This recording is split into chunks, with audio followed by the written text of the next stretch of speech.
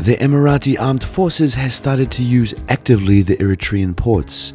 According to our information, at least 3 landing craft belonging to the United Arab Emirates were docked in the port of Assab on September the 16th.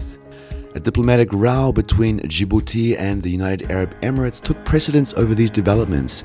On April the 28th, the UAE consulate in Djibouti was closed after the altercation between Wahib Musa Kalinle, the commander of the Djibouti Air Force, and Ali Al-Shihi, vice consul of the UAE.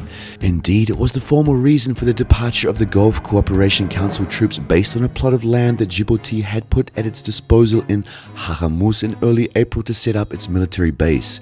Then, Saudi Arabia and UAE redirected their efforts aimed to build a military base on Eritrea. In turn, Eritrea will likely seek to expand its relationship beyond the region in an attempt to break its isolation in the region. Djibouti and Ethiopia have been trying to turn it into a regional rogue state through the African Union. So, from Eritrea's perspective, accepting Saudi and Emirati cash and resources would be a logical move.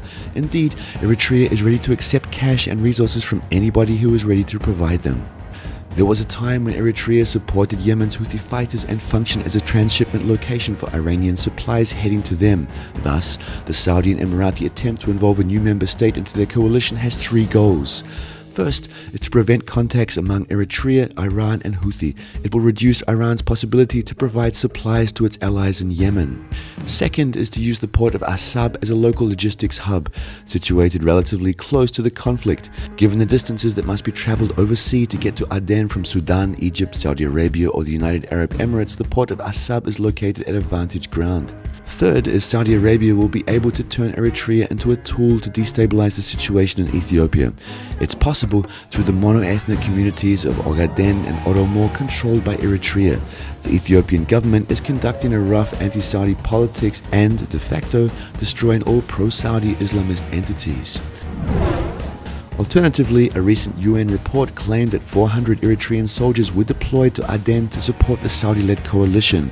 The Emirati vessels in Assab could either transport the Eritrean troops or ferry equipment and supplies to the Eritrean troops already in Yemen.